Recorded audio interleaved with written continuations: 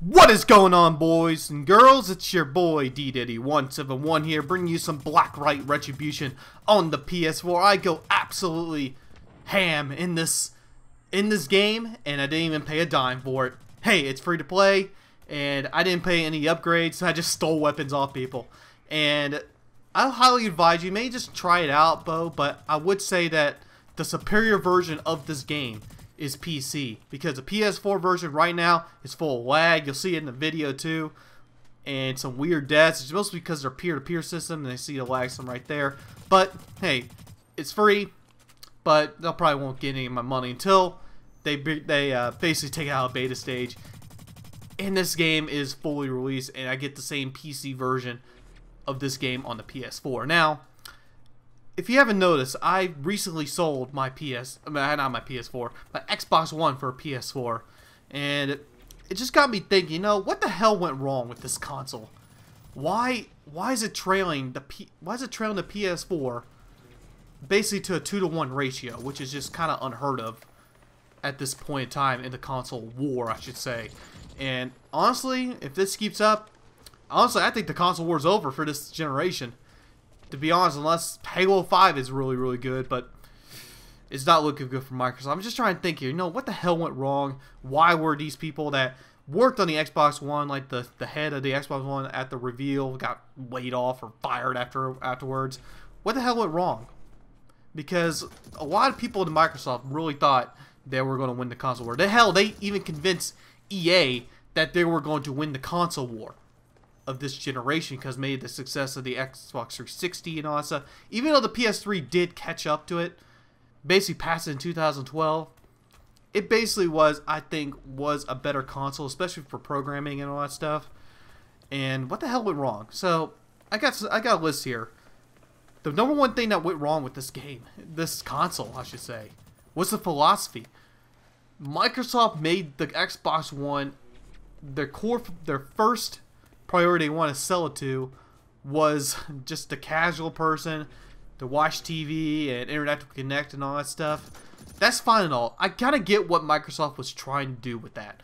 What Microsoft was trying to do was to appeal non-gamers to the Xbox One. And they thought, no, even though since we got such a large fan base at the time, you know, the people that bought the Xbox 360 will buy the Xbox One, and all you have to do is sell to the Xbox, to the new people, like your casual mom and pop, just watch TV, interact, connect, and all that stuff. But the thing is that, you know, the number one thing you can't do is abandon your core market. And the core market for the Xbox brand is gamers. And they were trying to appeal it more towards entertainment system instead of a game machine. It was an entertainment system first, a game machine second. And if you don't believe me, just look at the reveal. It's just so telling by that whole reveal what they were marketing to, their primary focus was. And it was a huge mistake, because a lot of these gamers, they felt disrespected. They didn't feel like that this console was for them. It was for someone else. And they just left. They didn't even bother with it and all that stuff. And another thing is that is this stupid DRM thing that they tried to push and push and push, and they reluctantly didn't stop until they looked at the pre-order numbers. And a lot of people did not want to see the DRM process go through, and Sony did the right thing here, because let's be honest, Sony was going to do the DRM process, but they saw an opportunity to one-up Microsoft since they're so reluctant to get rid of it, so they took it away, and that's how they won the console war. They acted like they cared about the gamers. Let's be honest here, Sony, they act like they cared about the gamers, but in reality they do care about money, because they're a business. But just giving the perception that you can't have the customers are number one. Your core customers, you're listening to all their feedback. That's the most important thing that can happen for a business. So, philosophy, bad. Not listening to customers' demand, bad. What's another thing that they they got wrong here? And the thing is that the flawed hardware. Let's be honest here.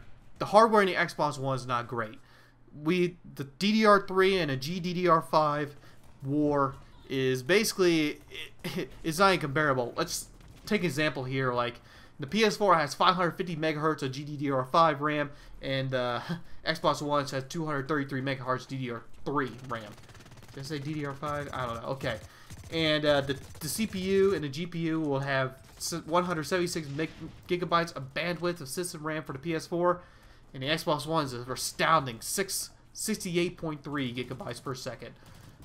The SRAM, you know, that's a thing that's supposed to basically keep it level, but the thing is that the developers are having a hard time using the SRAM correctly.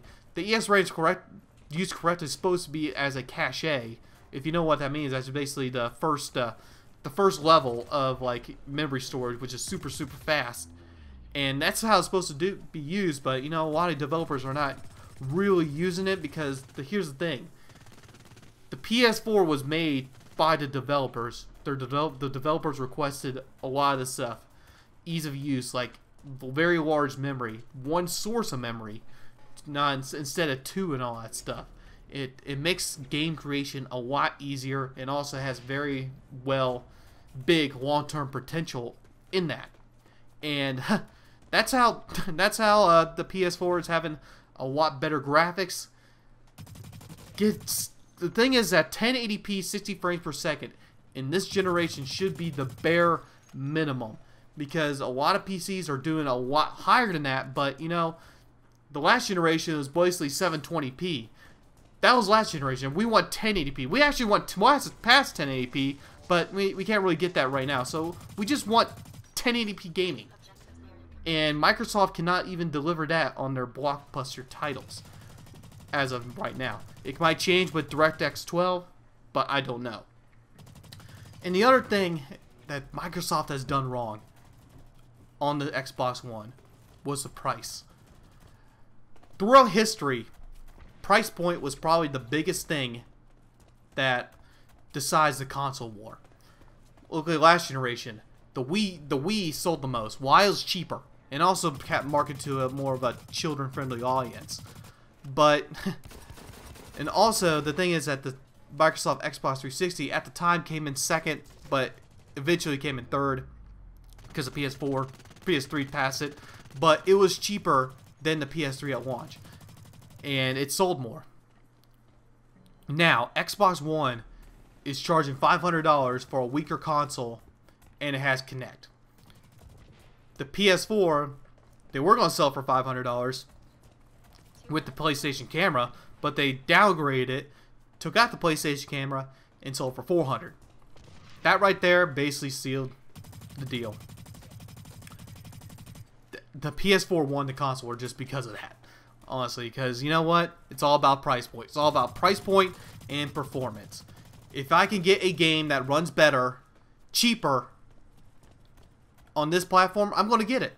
It's just simple as that. The two biggest things that decide a console war: price point and performance. It's just that simple. So, what do you think about this video? What do you think Xbox One did wrong? Anything else? Some people say lies, and more lies, but you know what? That's another video for another day. So, peace out, guys. Hope you have a wonderful day.